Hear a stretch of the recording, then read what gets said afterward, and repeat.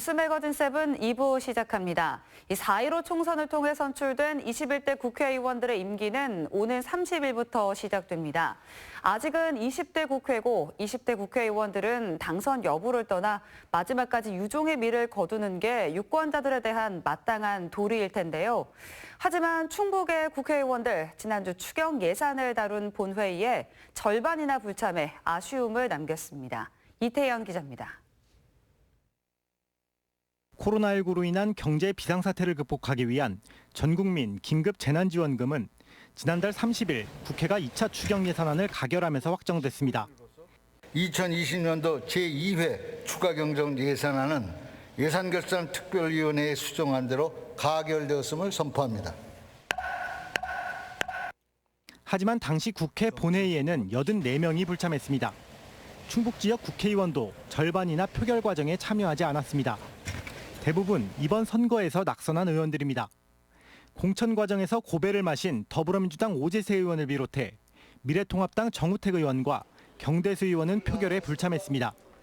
낙선한 현역 국회의원 중 유일하게 이우삼 의원만이 참석해 추경안에 찬성표를 던졌습니다. 21대 국회 재입성에 성공한 의원들은 대부분 참석한 가운데 박덕흠 의원은 국회에는 모습을 보였지만 표결에는 참여하지 않은 것으로 확인됐습니다. 선거 과정에서 여야가 앞다퉈 공약했던 것과는 사뭇 다른 분위기였습니다. 더구나 긴급재난지원금은 국민적 관심이 집중된 주요 안건으로 특별한 사유가 없는 한 본회의에 출석해 표결에 참여하는 것이 유권자들에 대한 도리일 것입니다. 우리나라의 정치 문화가 선진사회로 가기에는 아직도 멀었구나 하는 생각이 들었습니다. 한 달이라도 기꺼이 열심을 다해서 의정활동을 해주면서 유종의미를 거두는 것이 바람직하다고 생각을 합니다. 현재로서는 20대 국회의 마지막 본회의 개최도 불투명해 충북 지역 현역 의원들에게 유종의미를 기대하기는 어려울 것으로 보입니다. CJB 뉴스 이태현입니다. 현재 정부 심사가 진행 중인 차세대 방사광 가속기가 충북에 들어설 경우 지역 산업 지도가 재편될 것으로 기대됩니다. 충청북도는 주력 산업을 중심으로 미국의 실리콘밸리나 보스턴 바이오밸리 같은 첨단 산업 클러스터 구축을 구상하고 있습니다. 구준회 기자입니다. 방사광 가속기 유치에 성공한다면 충북의 주력 산업은 날개를 달 것으로 예상됩니다. 방사광 가속기가 충북 경제를 이끄는 반도체, 바이오 헬스, 화학, 2차 전지의 핵심 원천 기술 개발에 두루 활용되기 때문입니다. 또 첨단 기계와 소재 부품 개발, 첨단 미세 가공에도 쓰이는 만큼 관련 산업의 집적화가 기대됩니다. 방사광 가속기를 활용하려는 각 분야의 연구소와 연구 인력도 속속 오창으로 모여들 것으로 보입니다. 지역 대학에서는 관련 학과 개설과 인재 양성이 뒤따를 전망입니다. 충청북도는 정주 여건 개선을 위한 사이언스 아카데미 빌리지 조성 사업을 추진 중입니다. 궁극적으로 기업 유치와 연구기관 집적, 도시 인프라 확대를 통한 획기적인 지역 발전을 기대하고 있습니다. 산업, 인력, 그리고 어떤 그런 기반이 삼위일체가 돼서 거대한 방사광 가속기 클러스터가 구축될 것으로 그렇게 예상을 하고 그런 클러스터 구축 계획을 지금 수립 중에 있습니다. 단기적으로는 건설 경기 활성화가 기대됩니다. 1조 원의 예산이 투입되는 방사광 가속기는 2022년부터 2028년까지 7년 동안 건설됩니다. 한국기초과학지원연구원은 방사광 가속기가 구축되면 생산 유발 효과 6조 7천억 원, 고용 유발 13만 7천 명, 부가가치 2조 4천억 원의 경제적 효과가 발생할 것으로 예상했습니다. 충청북도가 방사광 가속기 유치를 통해 그리는 미래는 4차 산업혁명 기술 개발을 선도하는 최첨단 과학도시 건설입니다. 충북 경제를 도약시킬 원대한 꿈의 실현 여부는 오는 7일 판가름납니다. CJB 뉴스 구준혜입니다. 2022년 괴산 세계 유기농 산업 엑스포 국제행사 승인을 받기 위한 준비가 본격화됐습니다. 7월 말 승인 여부가 결정되는 가운데 아시안게임과 같은 유치 실패가 되풀이되지 않아야 한다는 목소리가 높습니다. 안정원 기자의 보도입니다. 충청북도와 괴산군이 2022 괴산 세계 유기농 산업 엑스포의 국제 행사 승인을 위해 본격적인 준비에 나섰습니다. 지난 2015년 괴산에서 세계 최초의 유기농 엑스포를 개최한 이후 두 번째 도전입니다. 첫 엑스포 당시 24일 동안 약 108만 명이 다녀갔고 충북은 유기농 특화도의 기반을 다졌다는 평가입니다. 첫 대회로 유기농 산업에 씨앗이 뿌려졌다면 7년 만에 개최할 두 번째 대회는 유기농 산업의 실질적인 확산을 도모하기 위한 것입니다. 충청북도와 괴산군은 첫 과제인 국제행사 승인을 얻기 위해 지난해 12월 기획재정부에 엑스포 개최 계획서를 제출했고 지난달 28일 대외경제정책연구원에 현장 실사를 받았습니다. 국제행사 승인 여부는 7월 말 결정될 예정입니다. 현장에서 저희들은 긍정적인 메시지를 좀 보았고 관련되는 유기농 단체 기관과 2022년 괴산 세계 유기농 산업 엑스포가 국제행사 승인이 될 수 있도록 모든 역량을 다해 나가도록 하겠습니다. 주무대가 될 괴산군은 엑스포 유치에 모든 군정 역량을 쏟아붓기로 했습니다. 대규모 엑스포를 통해 세계의 시선을 괴산으로 모아 지역 발전의 획기적 전기를 이룬다는 포부입니다. 괴산이 이번 유기농 산업 엑스포를 통해서 정말로 유기농의 본고장으로서 유기농 산업도 만들어가고 유기농을 통한 힐링과 체험, 관광 이런 것들을 접목시켜 나가는 엑스포를 개최하려면 국제행사 승인부터 관련 예산 확보, 국제기구와의 협조 등 숱한 과제가 있어 도 차원의 총력전이 필수입니다. 세계 유기농 산업 엑스포가 충북 괴산에서 7년 만에 또 한 번 개최될 수 있도록 역량 결집이 필요한 때입니다. CJB 뉴스 안정은입니다.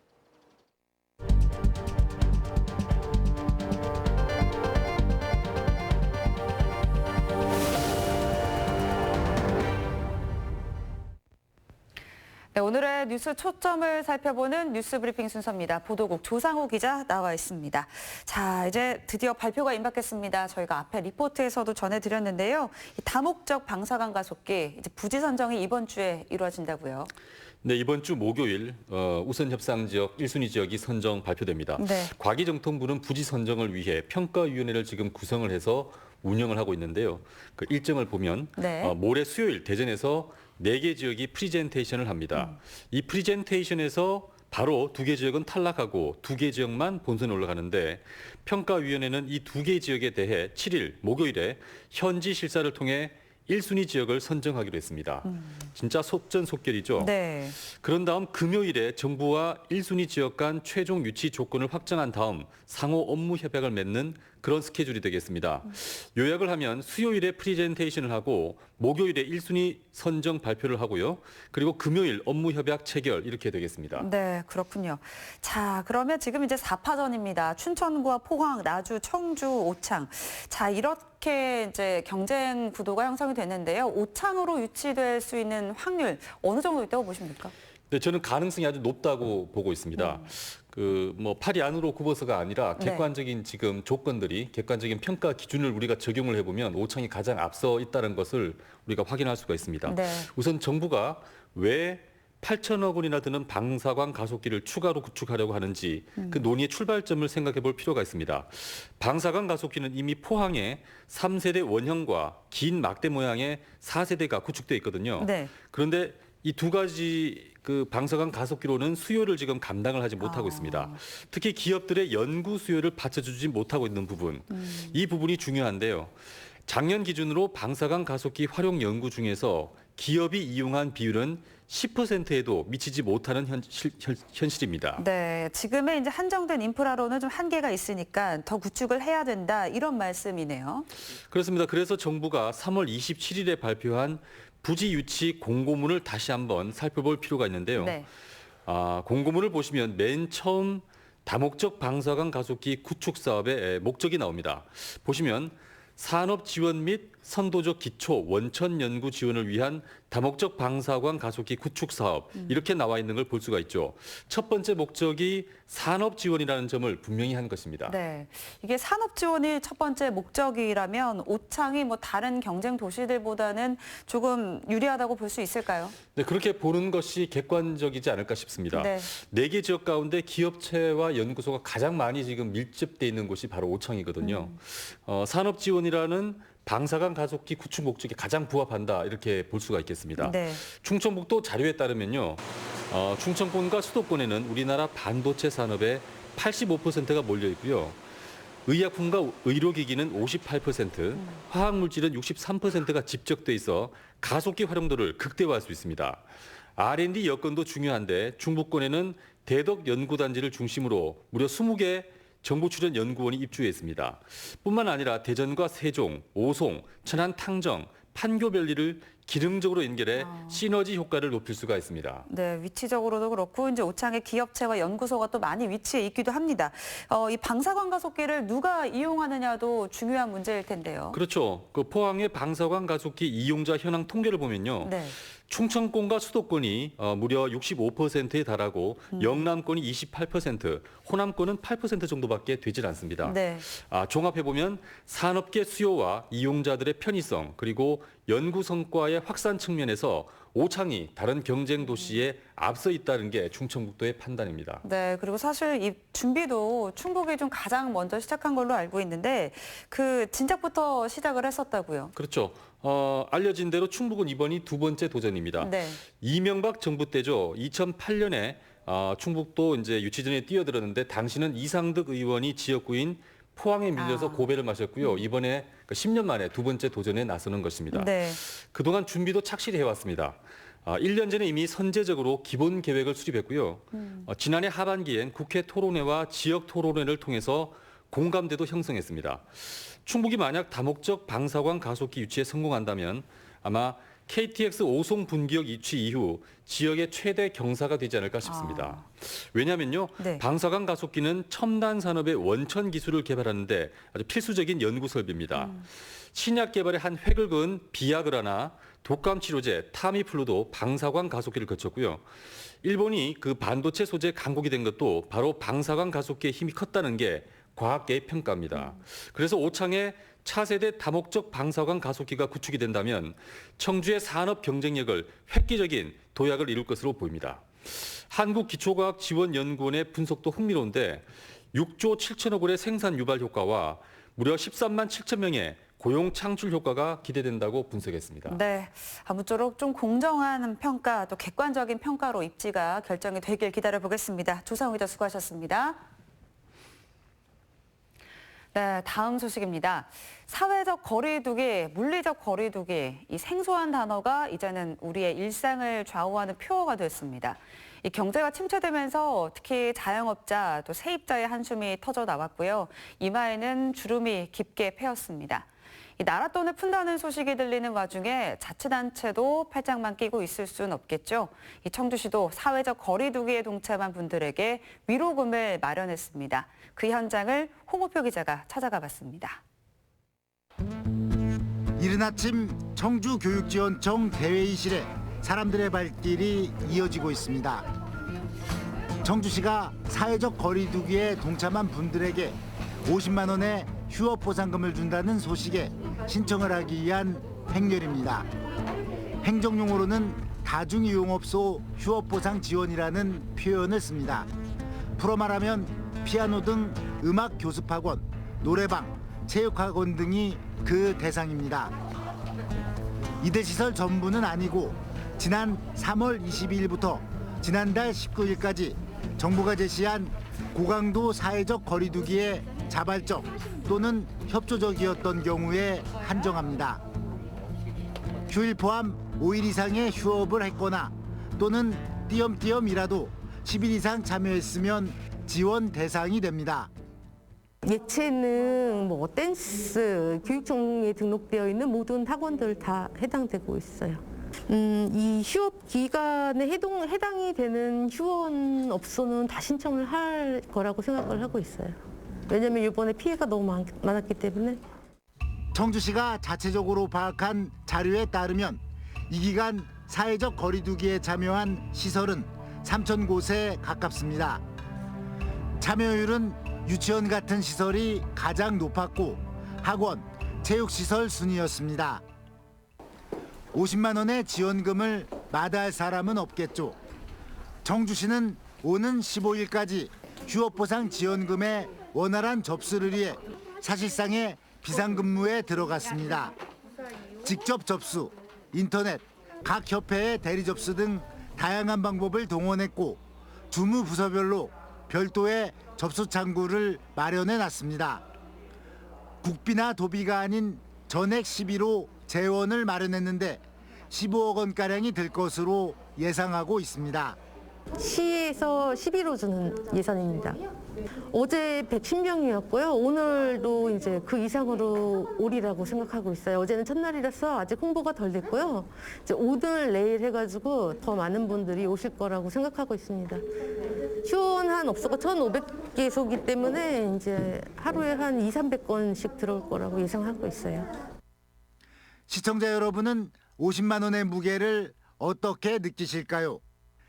예상치 못한 감염병, 코로나19의 장골로 우리는 한 번도 경험하지 못한 일을 겪고 있습니다. 그런데 사회적 거리두기에 사실상 울며 겨자 먹기로 동참할 수밖에 없었던 자영업자들의 타격은 상상을 초월합니다. 몇 달을 한 푼의 수입 없이 버티는 긴 어둠의 터널을 지나온 것입니다. 자영업자이기 때문에 아이들 안전 때문에 휴원을 하기는 했지만 그만큼 수입이 없었기 때문에 생활하는데 조금 힘들기도 했고, 그리고 이제 월세 같은 경우도 나가야 되기 때문에 그런 부분에 대해서 이제 그 주인분께서 저에게 도움을 주지 않으신다면 그만큼 또 이제 월세는 또 어디서 구해서 나가야 하니까 솔직히 제일 힘들었던 거는 금전적인 부분이기도 하고, 그리고 그냥 심적으로도 조금 힘들기는 했죠. 학원이 정상적으로 할 때는 한 원생이 한 40~50명 이상 됐는데 코로나 딱 발생하고부터 휴원하고 뭐 아직 한 명도 없는 거죠. 3월에서 4월까지는. 그 4월 지금도 이제 개원을 하니까 한 4~5명 정도밖에 안 오는 거예요. 현장에 접수를 하러 오신 분들의 표정이 그리 어둡지 않은 이유는 단돈 50만 원을 그냥 받는다는데 있지 않습니다. 이제야 조금씩 코로나19의 음습한 상황에서 벗어나고 있다는 안도감이 생기고 우리에게 작지만 도움을 주고 있다는 사회적 관심이 더욱 고마운 것입니다. 아무래도 이게 큰 돈은 아니지만은 조금이라도 마음에 이해는 되는 그런 지원책이죠. 네. 바라는 거야 어쨌든 지금 이 코로나19가 빨리 종식이 되고 경제가 안정화되고 모든 게 정상화가 되는데. 많은 사람이 모이는, 실내에 특히 많이 모이는 곳은 거리를 두자. 거리도 가지는 안 돼서 휴업을 하도록 했던 겁니다. 휴업을 하다 보니까 이런 분들이 가장 피해가 크기 때문에 이런 분들에 대해서는 일정한 기간 휴업을 한 분에 대해서 다 보상은 못하지만 어느 정도 손해를 보전해줘야 되겠다 한 판단에서 이번에 휴업 보상을 시행하게 됐어요. 대승적이라는 말을 우리는 자주 씁니다.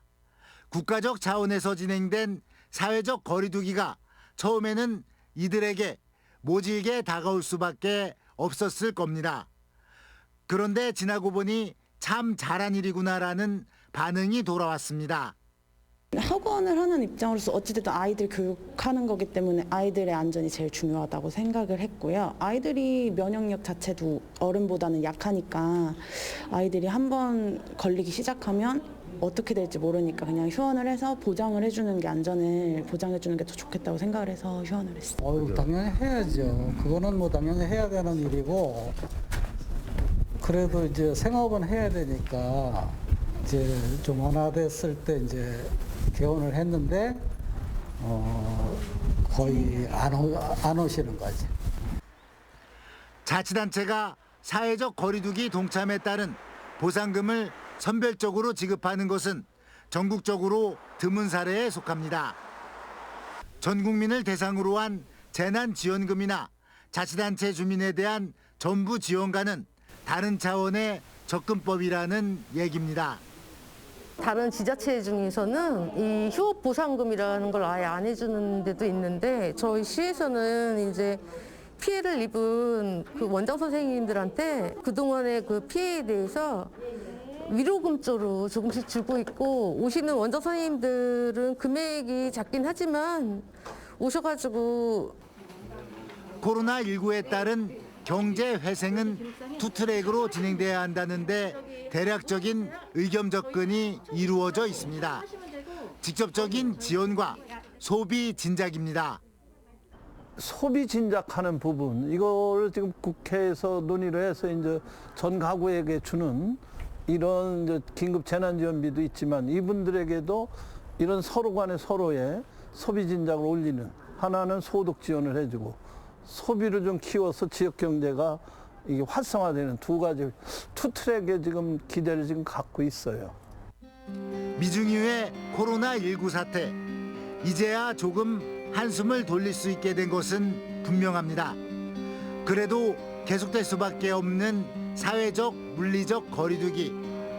이 시기가 아무리 길어진다 해도 선별적 또는 보편적인 지원책을 통해서 극복이 가능할 수 있기를 우리는 기대합니다.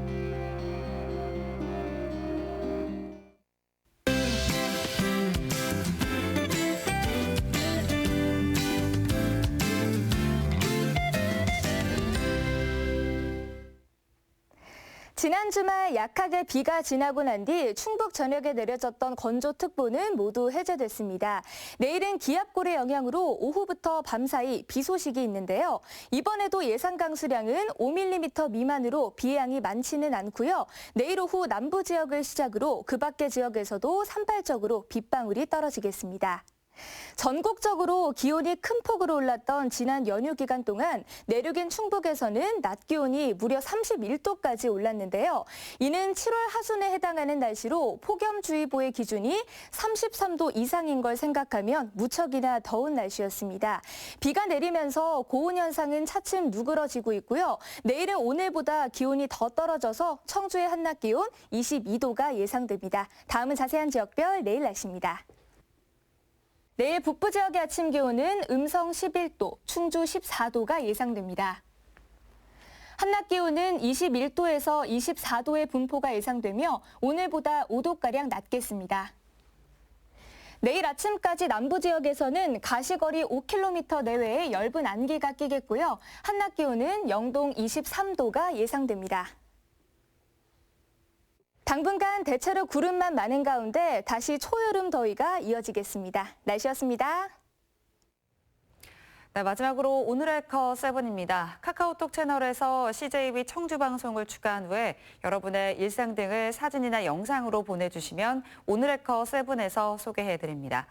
일상의 뉴스다. 뉴스 매거진 7을 마칩니다. 고맙습니다.